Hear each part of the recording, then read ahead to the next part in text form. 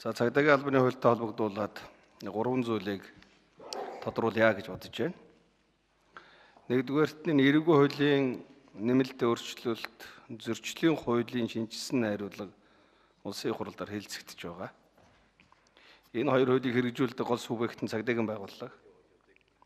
Тийм учраас энэ цагдаагийн байгууллагын албан хаагчдыг зохицуулж байгаа цагдаагийн албаны хууль энэ хоёр хуультайгаа хэр одоо уялдаж явж байгаа вэ гэдгийг нэгдүгээрт нь би хууль санаагчдаас асууя гэж бодож байна. Хоёрдугаарт нь цагдаагийн байгууллагын гол үүрэг бол гэмт хэрэгтэд тэмцэх, урьдчилан сэргийлэх, нийтийн хэв журмыг хангах, олон нийтийн аюул байдлыг хангах үүрэгтэй. Орон нутгийн удирдлага буюу нутгийн өөрийн удирдахсны байгууллага, нутгийн захиргааны байгууллагын үүрэг бол нийтийн хэв журмыг хангах, олон нийтийн аюулгүй байдлыг хангах, бодлого шийдвэр гаргаж ажилтдаг юм үүрэгтэй. Тэгээ орон нутгийн удирдах байгууллагын шийдвэрийг хэрэгжүүлж ажилтдаг нэг субъект нь бол яхаа аргагүй цагдаагийн байгууллага. Ялангуяа хэв журам, аюулгүй байдалтай холбоотой асуудал. Тэгэхээр хуулинд ер нь энэ чиглэлээр тусгадж байгаа асуудал юу байна вэ?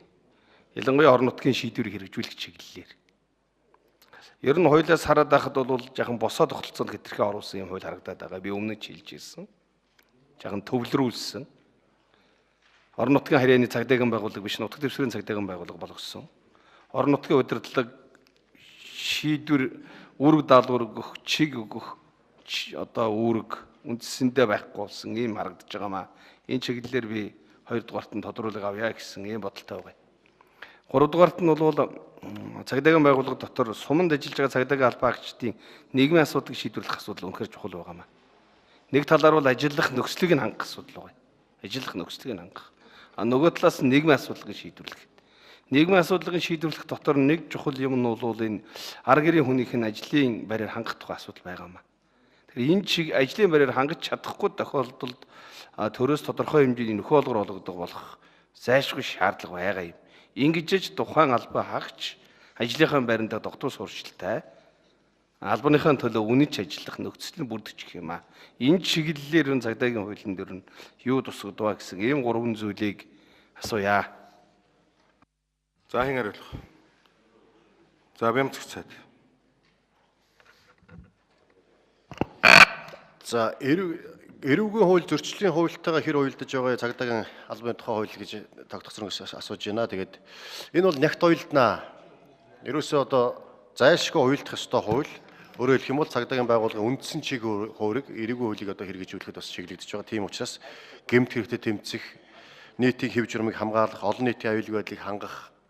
За дээрээс нь зөрчлийн хуультай бол тэр захиргааны хяналт тавих гэдэг үндсэн чигээр цагдаагийн байгууллагаас ногдож байгаа. Тийм учраас энэ эрүүгийн хууль зөрчлийн хуультай бол нягт уялдсан салшгүй юм холбоотой хуулиа гэдгийг бас энд хэлье. Хоёрдугаар асуулт орон нутгийн удирдлага, орон нутгатаа одоо цагдаагийн байгууллага үйл ажиллагаа маань хэрхэн уялдах вэ гэдэг асуулт асууж байна. Энэ дээр цагдаагийн албаны тухай хуулийн 15 дугаар зүйл, 16 дугаар зүйл дээр одоо тодорхой зохицуултууд орсон. За нийгмийн асуудлыг бас нийгмийн баталгаа хангах чиглэлээр тодорхой бол зохицуултууд энэ хуулинд бол бас орсон байгаа. Сүүл дээр хуулийн 7 дугаар бүлэгт бас тодорхой цагдаагийн байгууллага үйл ажиллагаанд тавих иргэний хяналт олон нийтийн цагдаагийн байгууллага хамтын ажиллагаа гэх 7 дугаар бүлэг тийм цагдаагийн албан хаагчийн эрх зүйн байдал 8 дугаар бүлэг. За мөн одоо цагдаагийн байгууллагын санхүүжилт гэдэг энэ бүлгүүдээр бол орон нутгийн байгууллагатай үйл ажиллагаа уялдуулах, нийгмийн асуудлаа шийдвэрлэх, тодорхой төсвөөс санхүүжих, улсын болон орон нутгийн төсвөөс санхүүжих зохицуултууд бол тодорхой туссан байгаа. За зүгээр эндээс ганц хоёр жишээ татахад 15 дугаар зүйл дээр бол нутаг дэвсгэр хариуцсан цагдаагийн байгууллагын дарга нь үйл ажиллагааны тайланг, аймаг нийслэлийн иргэдийн хуралдаа оршин суугчдад одоо орон нутгийн удирдлагуудад тайлангаа жил бүр тавьж ажиллана гэдгээ бол тодорхой орж өгсөн байж байгаа.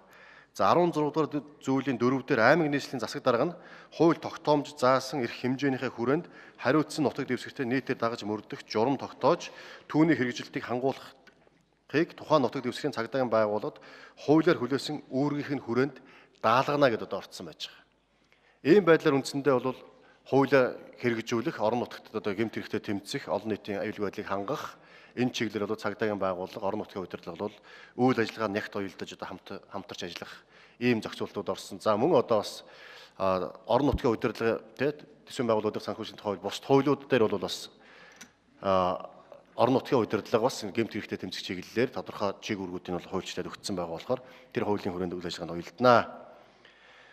За 3 дахь асуудал нийгмийн баталгаатай холбоотой асуудал дээр ер нь одоо бол 330 сумаас 327 сумд бол кабан байгуулагдсан үйл ажиллагаа болж байгаа. 3 сумд одоо нэг сумд Монгол улсын 330 сум нэг сумд кабан бол ашиглах шаардлага хангахгүй одоо бас засварлах шинээр барих шаардлагатай болсон. 2 сумд бол кабан байхгүй. Үндсэндээ бусдад одоо сумууд бол кабаны асуудал шийдэгдсэн. Өөрөөр хэлэх юм бол сумуудад одоо хэсгийн төлөөлөгчд ажиллах бололцоо боломжтой бол ямар ч байр савны асуудал шийдсэн байгаа. Гэхдээ үүний урсгал зардал төсөв энэ тал дээр бол бас орон нутгийн удирдлагууд, засгийн газар, улсын их хурлаас тодорхой хэмжээр анхаарал тавихгүй бол өнөөдөр бас эзэнгүүдх ийм асуудал үүсэж байгаа. Гэхдээ тодорхой хувь нь орон нутгаас кабануудын одоо засвар урсгал зардлыг шийдээд орон нутгийн удирдлага шийдээ явж байна. Тодорхой хувийг нь одоо засгийн газраас цагдаагийн байгууллагын төсөв суулгаа явж байгаа.